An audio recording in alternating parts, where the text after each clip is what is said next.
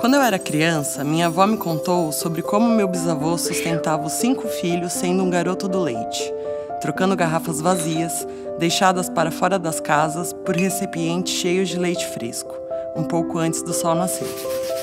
Com os anos, presenciei a perda dessa e de outras memórias. Vi caminhos conhecidos e habituais virarem labirintos, dando sinais de algo que eu e minha família só entenderíamos mais tarde. Uma forte memória que tenho da minha avó é da sua rotina.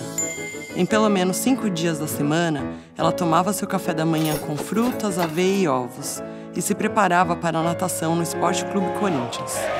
O percurso era todo feito a pé, passando sempre pela paróquia de São Judas Tadeu. Ia de Tamancos, pelo bairro do Tatuapé até o clube. Por lá, completava voltas e voltas nas raias da piscina semiolímpica.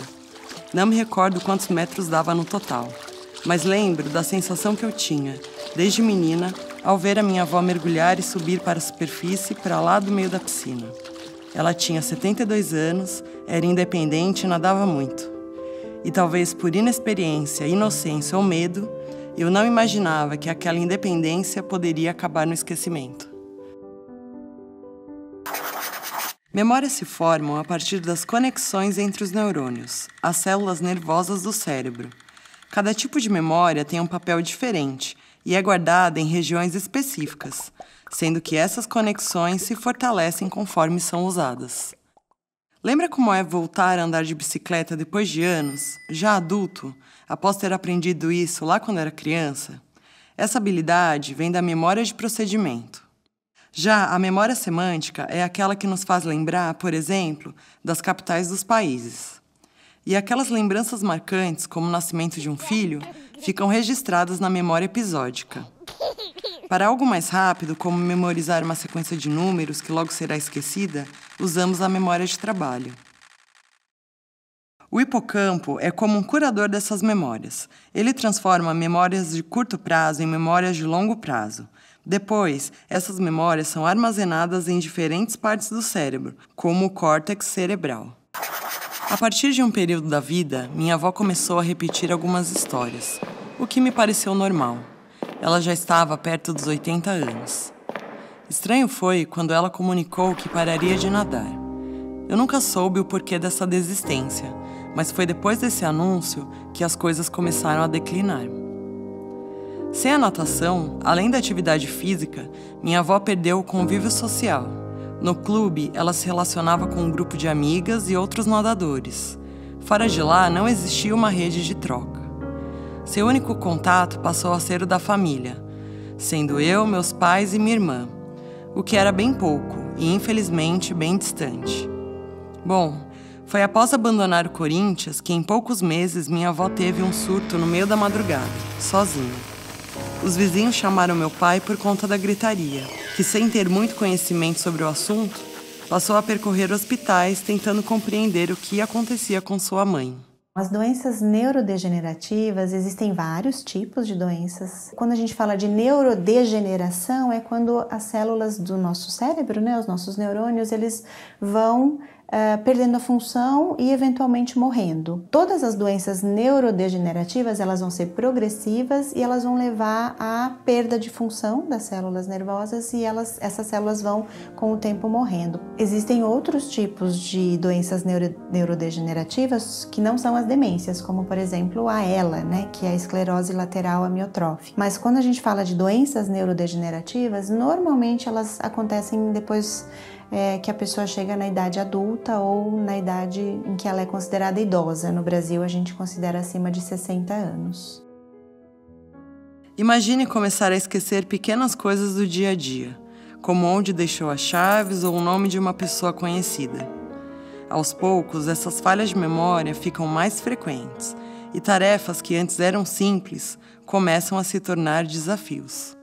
Esse é o impacto da doença de Alzheimer, que atinge o cérebro de forma progressiva, afetando a memória, o raciocínio e o comportamento.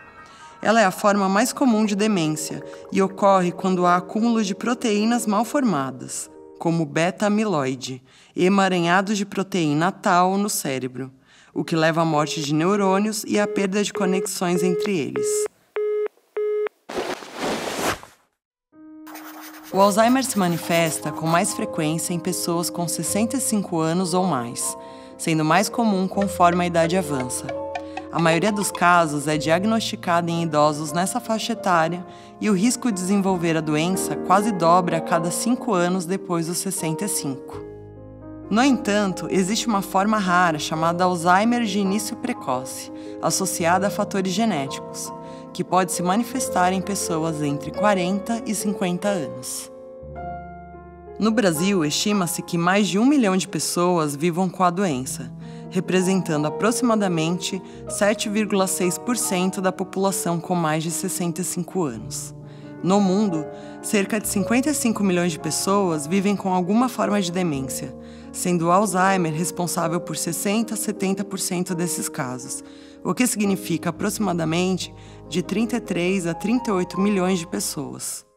Com o envelhecimento global da população, a expectativa é de que esse número possa triplicar até 2050. O Alzheimer progride lentamente e envolve 3 fases principais.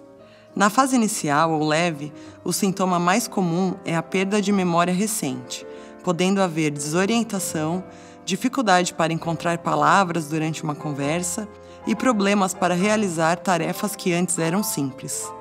Na fase moderada, os sintomas ficam mais evidentes. A perda de memória se intensifica, afetando não apenas eventos recentes, mas também informações pessoais importantes. Na fase avançada, o Alzheimer afeta gravemente a capacidade cognitiva e funcional.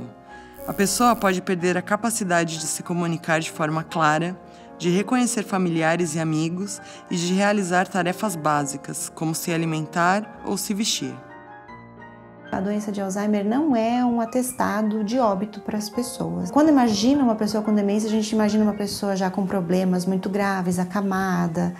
Mas, na verdade, existe uma longa fase de Alzheimer leve e moderado que a pessoa pode e deve ter ao máximo as suas atividades preservadas. Então, evitar de quando a pessoa está com algum tipo de demência, afastar ela totalmente das atividades, né? Ela precisa continuar a fazer o que ela fazia. Claro que se tiver necessidade com um acompanhamento, então, por exemplo, cozinhar, né? Cozinhar, ela não pode talvez cozinhar sozinha, mas ela pode cozinhar com alguém supervisionando. Fazer as atividades mais normais possíveis que ela estava acostumada a fazer antes. O diagnóstico é feito por meio de uma avaliação abrangente, que envolve uma combinação de testes clínicos, cognitivos e de imagem.